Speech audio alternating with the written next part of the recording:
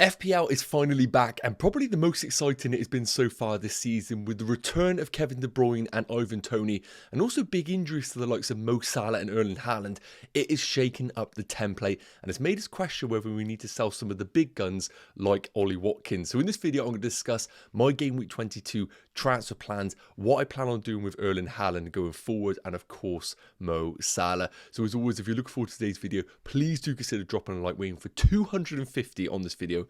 I know you legends could do that, and as always, please do consider smashing that subscribe button. Without further ado, let's get into today's video. First up, let's take a look at how my Game Week 21 has gone so far. I am all out with my players, but there is still one game to play between Brighton and Wolves. But because of the ownership not really being that high with many players, what my overall rank is right now probably will be roughly that, maybe slightly worse off. So 62 points for the boys and a decent green arrow to 141k.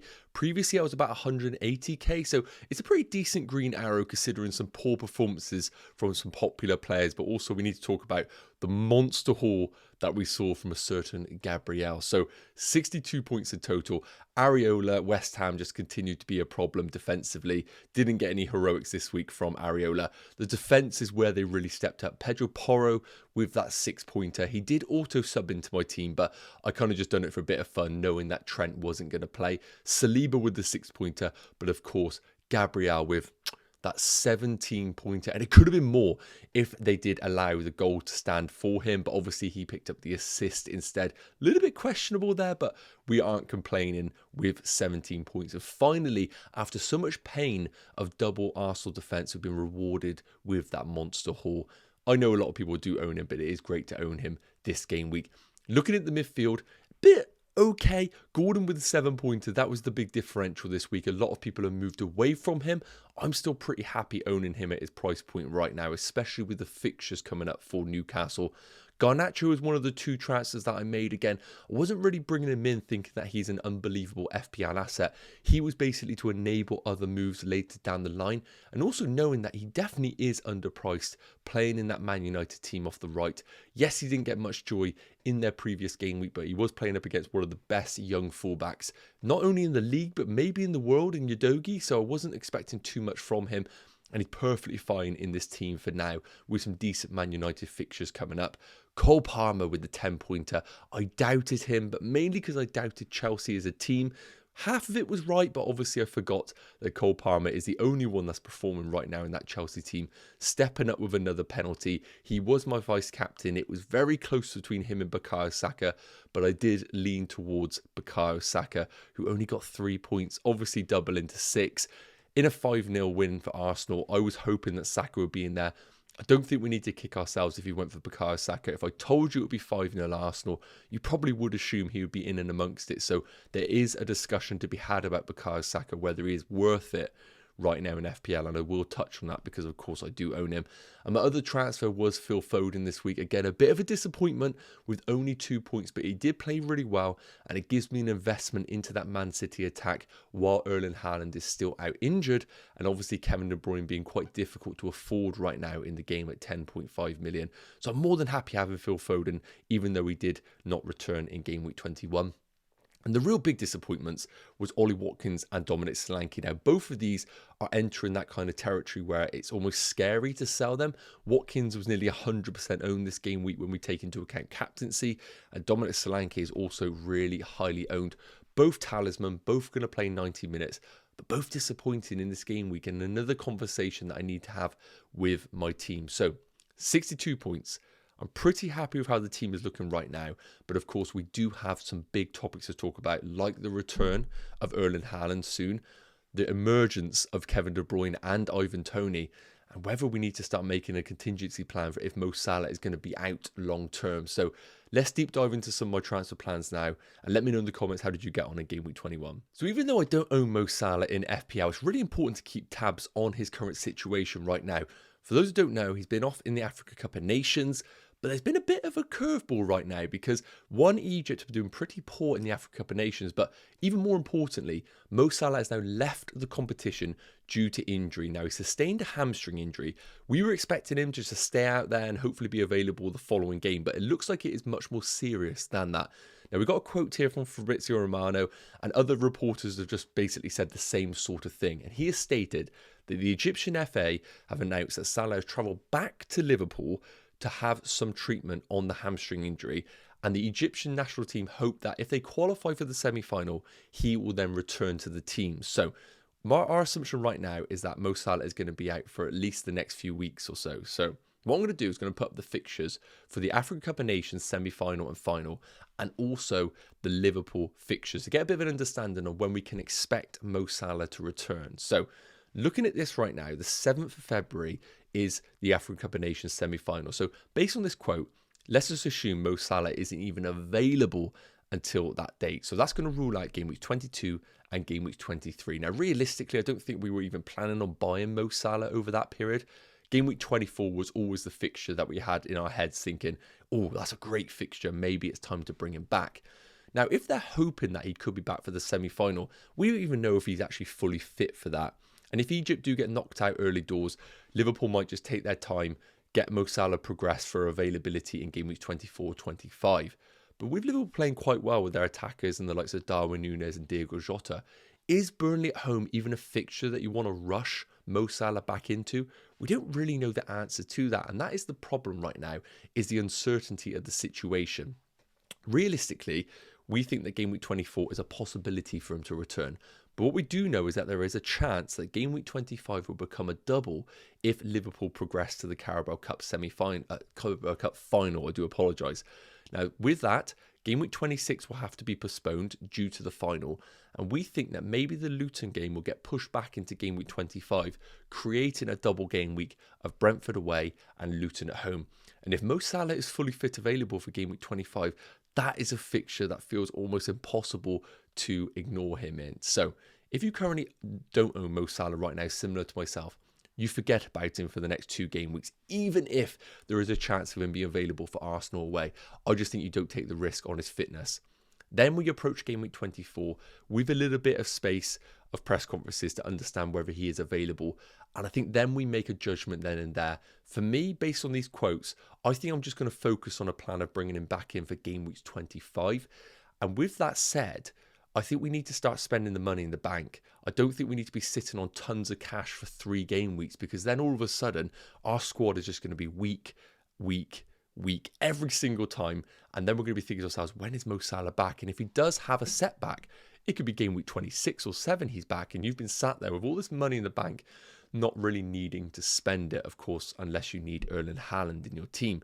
If you own Mo Salah right now, my advice is probably be stick with him unless you want to sell him, and then obviously you basically say to yourself you're not buying him back until game week 25. Let me know your thoughts in the comments. It's a tricky situation for a lot, but right now, if you don't own him, you don't plan on buying him anytime soon. Now, similar to Mo Salah, Erling Haaland, you may have heard of him, he's done quite well this season, is a player that I simply have to have once he is available. He is just one of the few that I deem essential. Now, I know a lot of amazing FPL managers have gone without him this season, but for me, he is in my team as soon as I know that he is available to play the full 90 minutes. Now, it's been an ongoing problem with him. We haven't really had any clarity on what his actual injury is and how long he's going to be out for. So we've kind of just been sitting around with loads of money in the bank, waiting for the day that we can buy him back into our teams. But Pep has given us no reason and no confidence to do so.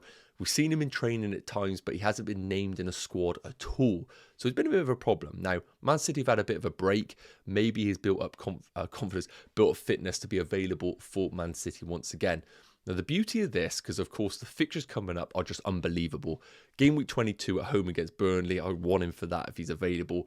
Brentford away in game week 23, Everton, and then of course that double in game week 25. With the fixtures coming up, the beauty of this is that we are going to have an FA Cup game against Spurs on the 26th of January, so not too far away. And then the Burnley game is on the 31st of January. So if Erling Haaland is going to be available for game week 22, I'd like to think that he is going to be named in that FA Cup squad against Spurs. If we see a situation where he comes off the bench, similar to De Bruyne for the last 30 minutes, then happy days. If we get a positive update on Pep, I think a lot of people are going to steam back into Erling Haaland with the assumption that he'll play a minimum 30 minutes against Burnley. And you just assume that if you bring him in, you're having him until the end of the season. So you might as well just get it done now and then. And I think a lot of people are in a similar boat to myself. You're probably sat there with between 8 to 15 million and you want to spend that cash. And even if there is a sniff of Erling Haaland getting 30 minutes at home against Burnley, I think a lot of us are just going to take that opportunity and go for it. Now, I'm not going to bother going through the stats because you know he's just a joke. He's one of the best forwards in the league. But I think the big thing we need to ask ourselves is, if he isn't named in that squad for the FA Cup game, unless Pep comes out and goes, Haaland's fit and ready to go for game week 22, I just don't think we can go there once again. And the problem with that is we're then sat with more money once again in the bank. Now, the Brentford game is going to be 5 days after the Burnley game, and the Everton game is going to be 5 days after that. So the fixtures are getting a bit more congested as we progress. And then, of course, we've got the Champions League, followed by the Chelsea game 4 days later. So we're getting into a very congested period.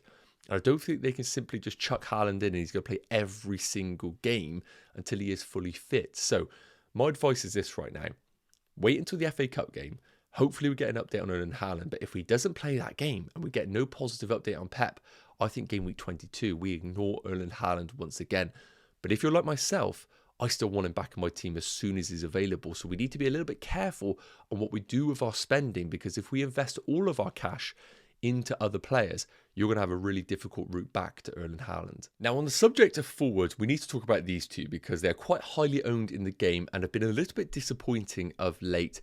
And I know once Erling Haaland is available, a lot of people are either looking to sell one of these two or look to go up from a cheap third. For example, my team, I currently have West Ham's Mabama, and I've had a structure in place where I can easily upgrade Mabama, who's 4.3 million, all the way up into Erling Haaland. And that has always been the plan, to change my team into a 3-4-3 formation and just go for 3 heavy hitters up front. But over the last few game weeks, I think a few of us had a few doubts about both of these highly owned players, especially when we look over and the likes of Darwin Núñez have really hit the ground running over the last 3 game weeks. We start to think to ourselves, are these 3 as explosive as what we want them to be? So I looked at their underlying numbers over the last 5 game weeks, and I also want to look at their games for the next 6 game weeks to see whether they're just underperforming and whether the upcoming fixtures give us a little bit of glimmer of hope. Now, both of these are very, very similar players. They're talismans for their teams.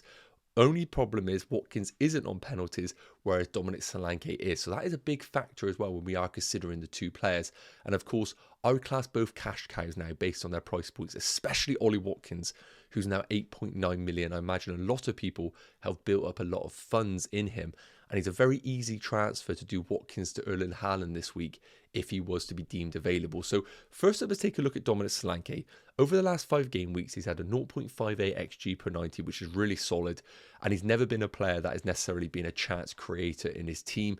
Yes, he has picked up a few assists, but most things do funnel through Dominic Solanke. So as long as the XG is good, I'm not really fussed about the expected assists. And it is looking pretty decent. And I've highlighted that. Great underlying stats. The problem with Solanke is the upcoming fixtures are quite difficult. Now, Bournemouth have been a form team right now, a disappointing result against Liverpool, but I don't want to read too much into that right now. My only thing we need to think is, it is still Bournemouth. They're not world beaters. They're not going to beat all of the big teams every single week. And the games coming up, I don't think are amazing. West Ham away can always be a bit of a sticky fixture sometimes. Forest at home looks fantastic, but then Fulham away have been pretty tough to beat at times. Then Newcastle away. Whatever people say about Newcastle, that is still a tough game against Newcastle at St James's Park. Then Man City at home, and not expecting much at all from that. And then Burnley away in game week 27. But game week 27 is so far away that we're going to have doubles and blanks that we need to navigate that. I don't really want to look that far in advance, even though that fixture is very good. Now, when we take a look at Ollie Watkins, this one is a little bit more concerning. As I mentioned, he is the cash cow. He's the most expensive, and he isn't really doing it over the last 5 game weeks. 0.18 XG per 90, 0.27 XA per 90. So again, a lot of things have been funneling through Ollie Watkins, and usually is a player that is kind of known for missing the big chances, but at least getting opportunities. But the XG per 90 has been really disappointing over the last 5. Now, personally, I don't really have the answers as to why it has been the case over the last 5. Maybe the fixtures have just not really been there for him, or maybe we're just seeing a dip in his performances. If anyone is an Aston Villa fan and wants to let me know, please do in the comment section. But the big thing about Villa going forward is that we would argue they are a better team than Bournemouth. Ollie Watkins is just as much of a talisman, and the fixtures coming up are still brilliant. Newcastle at home, I think, is a good game. Sheffield United away, Man United at home, Fulham away, Forest at home. Some really good fixtures coming up for Aston Villa, even though Ollie Watkins himself has been an issue. So I think what we need to say is this. Neither are in the best run of form right now. And I think we always get itchy feet when we see the likes of Darwin Núñez, for example, putting up incredible numbers as well as output right now. And if I was to sell one of the two for an Erling Haaland, I think I probably would sacrifice Watkins, even though the fixtures are way better than Dominic Solanke. Because he's not on penalties and because of his, I would say, explosiveness not being as big as someone like a Darwin Núñez, I feel a bit more comfortable selling an Ollie Watkins. And at the end of the day, you can't own them all in FPL. Eventually, you're going to have to sell a player that is highly owned in the game. And if I take a choice between the two right now, I think the structure of my team would prefer to be Haaland plus Solanke rather than Haaland plus Ollie Watkins, because it's going to open up a lot more doors for you in those midfield areas, especially when Salah returns to the game. So I'm not planning on selling either right now because I have the money available to go up from Obama, but I would be more tempted to sell Ollie Watkins right now. Let me know your thoughts in the comments. Okay, so as I mentioned, we have a lot of uncertainty right now in the game. We don't really know the status on Erling Haaland. We don't know when Mo Salah's returning, but a lot of us are sat there with so much money in the bank. And if we were to get to a situation where Erling Haaland wasn't available for game week 22, and there was still a lot of uncertainty whether he would be available for game week 23, I don't want to be sat here for 13 million not spending the cash. Now, I'm not saying that we need to spend the money needlessly, because I see a lot of managers just go, oh, okay, stuff it. I'm just going to spend all my money, upgrade every single player, and not really be more long-term planning on what is going to happen once these big premium players return. So I'm not sitting here saying that what you're seeing on your screens right now is a panic move, because it isn't. Saka to Kevin De Bruyne for my personal team still allows me to upgrade someone like an Obama to an Erling Haaland. So I need to look at it right now and think to myself, is Bukayo Saka massively underperforming, or is he simply at a place right now where he is just not offering FPL value? Now, 9.1 million, he is the king of cash cows in that midfield. He is such an easy player for me to upgrade to Mo Salah or to somebody like a Kevin De Bruyne. So the output of Saka right now has been pretty disappointing. 3 points, 7 against Fulham, which obviously was great for owners, but 2 points, 1 point, 3 points, 2, 5, 8. Really disappointing, and no real kind of explosive nature about his game, what we've seen in previous seasons where he's picked up huge double-digit returns. We're not really seeing that right now, and I can't really put my finger on exactly the reason being. He is still playing okay, and the underlying numbers are still okay. The expected goal involvement in the last three has been 0.51, 1.09 and 1.15. So first and foremost, I don't think we need to massively panic about Saka. I don't think the underlying numbers are as terrible as what others are suggesting. The reason why I'm considering selling him is because I want to spend this cash, and I'm looking at the fixtures coming up, and I think Arsenal's are okay. Forest away I think is perfectly fine. I've got the vice captaincy currently on Saka. Liverpool at home, not amazing, but still, they could score in that game. West Ham away, again, not an amazing fixture. Burnley away is great. And then Newcastle at home, I think, is an okay fixture. But when we contrast that with the Man City fixtures coming up, Burnley at home, I mean, if De Bruyne's available for that and raring to go, that could be anything. Brentford away, I think, is okay. I don't think it's an amazing fixture. Then Everton at home, good fixture. A double in 25 and Bournemouth away in game week 26. When we compare the fixtures, there's no competition here. De Bruyne's definitely out-trumps Saka's. And when I look at all the money I have available in the bank, to only upgrade Saka to De Bruyne for 1.4 million is very, very tempting if we were to get no information on Erling Haaland. Now, of course, rolling the transfer also is an option, but sometimes you want to really attack the fixtures that we have in front of us. And if De Bruyne was to maybe get another 30 minutes in that FA Cup game against Spurs, that would highlight to me that he is possibly going to be a starter for game week 22. And if that were to happen, I think a lot of managers are going to be very tempted to sell Saka to De Bruyne and just accept not having an Arsenal midfield over this period. Let me know your thoughts in the comments. I'm not absolutely sold on De Bruyne just because I'm scared of his minutes, but I do think there is going to be temptation if Haaland is ruled out for game week 22. Okay, so to wrap up the video, my team going into game week 22 at the time of recording. Of course, this is early right now because the game week 22 deadline isn't until Tuesday. So we still have over a week until this deadline. So much can happen between now and then. But this is how the team is currently looking now. As I mentioned, I've got 13.1 million in the bank and one free transfer available. And if I was to roll out this starting 11, I'll be perfectly fine with it. You know, decent fixtures across the board. Double Arsenal defence against Forest I'm more than comfortable with. Of course, Trent is going to be a big one, but I'm hoping that he will be available for the Chelsea game. The recent reports suggest that he is going to be available, but again, plenty of time until that game. So hopefully we will get some concrete news from Jurgen Klopp. Porro, fantastic at home against Brentford. The midfield is good, but again, we don't have any of the premiums available right now, like Salah and Son. So obviously, some of these don't look incredible. I feel a bit more confidence when I see those premium assets in my team, but it is what it is right now with availability in FPL. Of course, as I mentioned, there could be a change if we were to go for the Saka to De Bruyne move, but that would only happen and only happen if Erling Haaland was ruled out for game week 22 and potentially game week 23. If, in an ideal world, Haaland plays 30 minutes in the FA Cup game and then is available for game week 22, I think I'll just pull the trigger.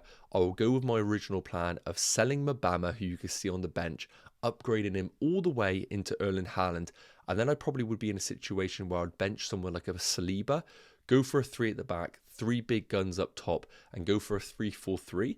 And longer term, I would then be basically just waiting for the return of Mo Salah.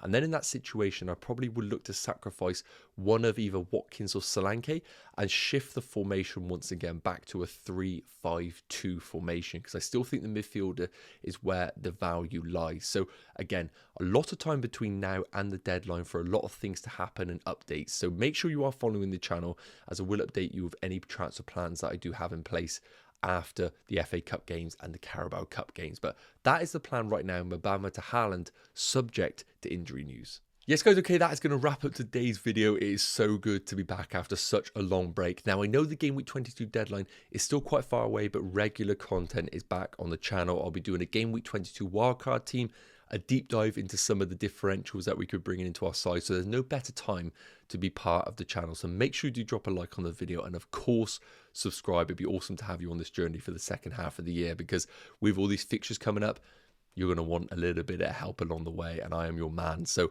amazing. Thank you for tuning in. I will see you in the next video. Take care. Cheers.